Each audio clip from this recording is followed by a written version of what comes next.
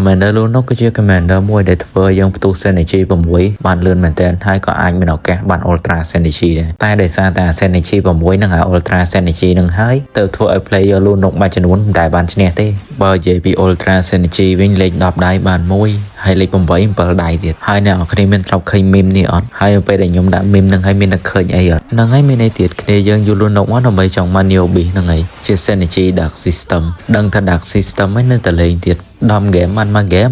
499ក្រៅពីហ្នឹងច្រើនអស់ហើយ700ហើយបើអ្នកខ្លះក្បាលហឹងអត់បាន499អត់ចុចអាហ្នឹងលេង8ហើយលេង8ហើយមួយទៀតមានមួយទៀតចូល team បង TK មកថ្ងៃហ្នឹងគឺមកដើម្បីជំរុញទឹកចិត្តគ្នាយើងឲ្យបោះបង់ newbie ចោលទៅយូរលូនោះមកលេង Mystic Meow វិញល្អជាងហើយនេះគឺជា skill របស់ Commander លូនោះអ្នកដែលចង់អាន scope ធំហ្នឹងហើយមើលខ្លួនឯងទៅព្រោះថាខ្ញុំមកមានដាក់ផ្ទាំងហ្នឹងទៀតទេគឺខ្ញុំបញ្យល់យកមកហើយសមត្ថភាពរបស់ Commander លូនោះគឺជាការផ្ដល់ blessing បន្ថែមដោយដែលអ្នកនរគ្នាបានឃើញអញ្ចឹងគឺខ្ញុំប្រើ blessing ទៅលើ Angela ហើយលទ្ធផលដែលខ្ញុំទទួលបានគឺជា blessing Kaisin ហើយសួរថាម៉េចបានវាត្រូវបាន blessing Kaisin ក៏ដោយសារតែ Angela គឺជា hero ដែលមាន synergy 2គឺ Kaisin និង Scavenger ហើយរឿងមួយទៀតដែលអ្នកនរគ្នាគួរដឹងនោះគឺការដែលយើងទទួលបាន blessing អំពី Commander លូនោះ blessing ហ្នឹងយើងអាចផ្លាស់ប្ដូរបានទេទោះបីជាយើងប្រើ blessing Scepter ឬក៏យើងហៅថាអាដូរ blessing ហ្នឹងក៏ដោយក៏វាអត់មានសមត្ថភាពក្នុងការដូរ blessing ដែលលូនោះបានឲ្យដែរដោយតែគ្នាយើងបានឃើញមិនអញ្ចឹងគឺវាអត់មានធ្វើការផ្លាស់ប្ដូរ blessing ទេពលគឺវាគ្រាន់តែបន្ថែមនៅ synergy blessing មួយទៀតឲ្យ Angela តែប៉ុណ្ណោះ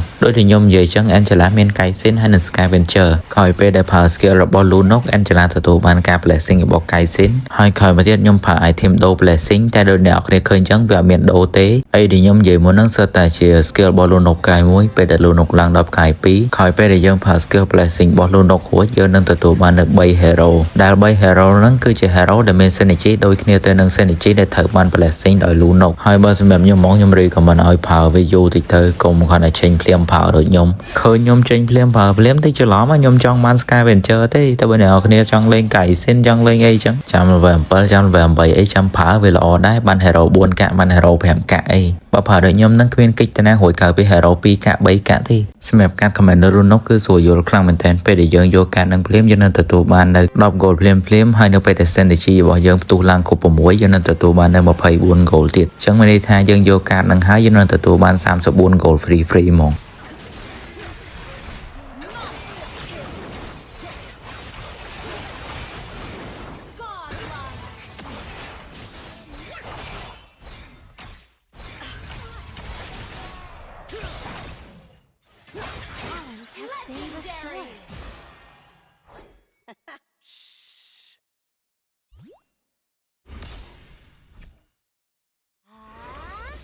Together, we'll shape the world's tomorrow.